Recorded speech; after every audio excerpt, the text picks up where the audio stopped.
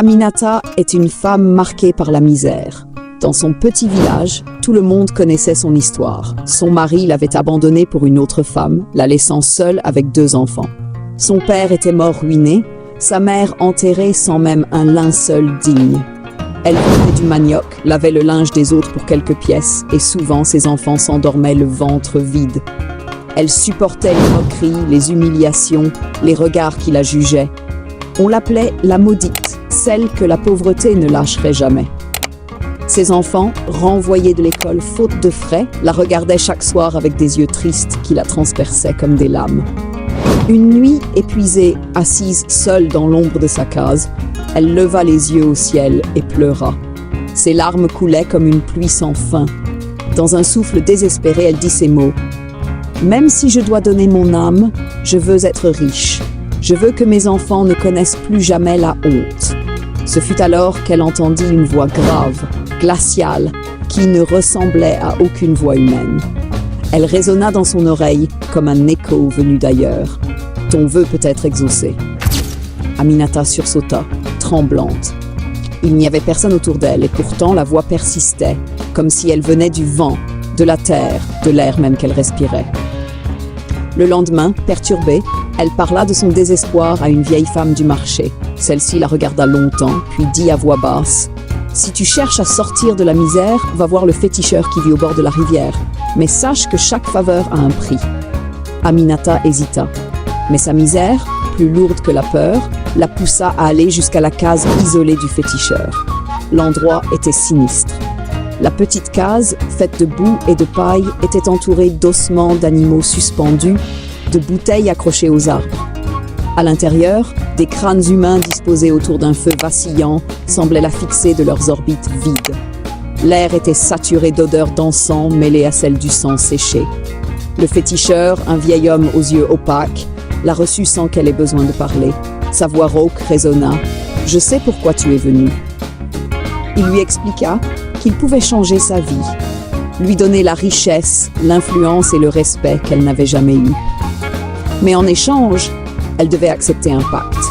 Chaque semaine, à minuit, elle devait aller au cimetière, nue sous un pagne blanc, et se laver avec une eau spéciale qu'il préparerait pour elle. Elle ne devait jamais manquer le rituel. Aminata sentit son cœur se serrer.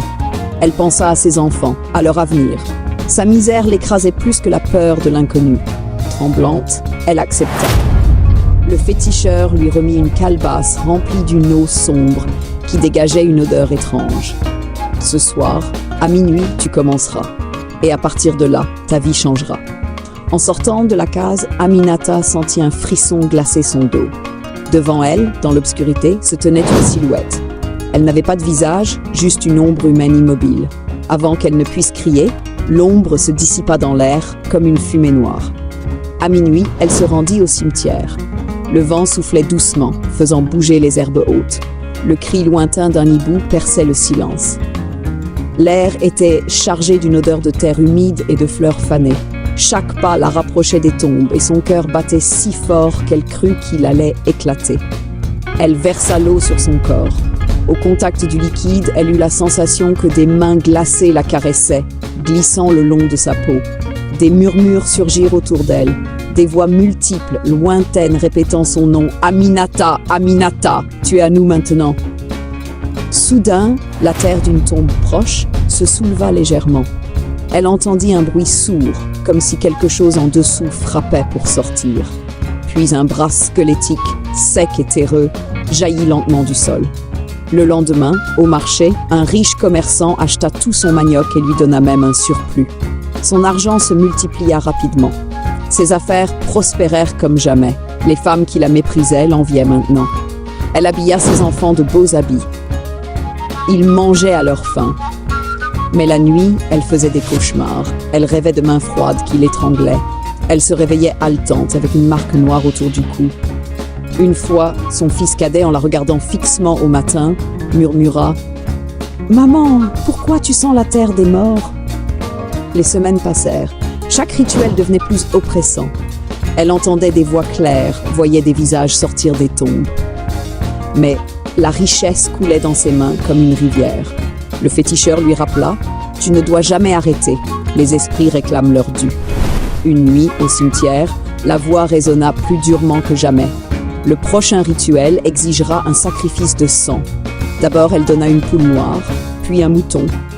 Mais bientôt, les esprits exigèrent davantage, une vie humaine. Aminata hurla qu'elle ne pouvait pas. Mais son fils tomba malade, alité, brûlant de fièvre. Les voix revinrent. « Donne-nous une vie et nous sauverons la sienne. » Une nuit, en arrivant au cimetière, elle trouva le corps inerte d'une voisine disparue, déjà étendue sur la tombe où elle devait faire son rituel. Elle comprit avec horreur que les esprits prenaient ce qu'ils voulaient.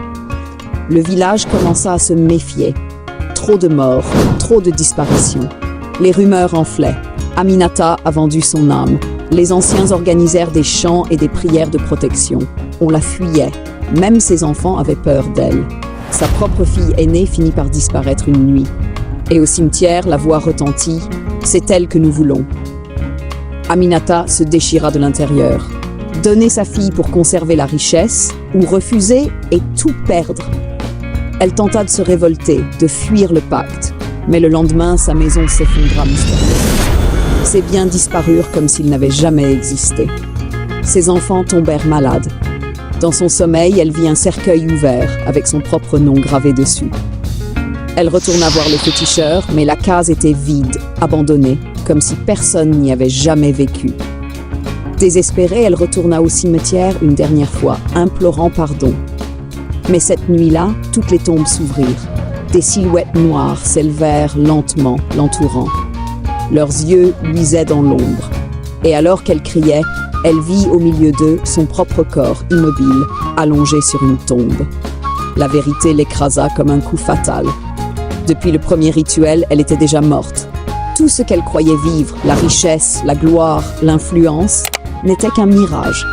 Un leurre offert par les esprits pour mieux la posséder. Ses cris s'éteignirent dans le vent et le silence du cimetière l'engloutit pour toujours.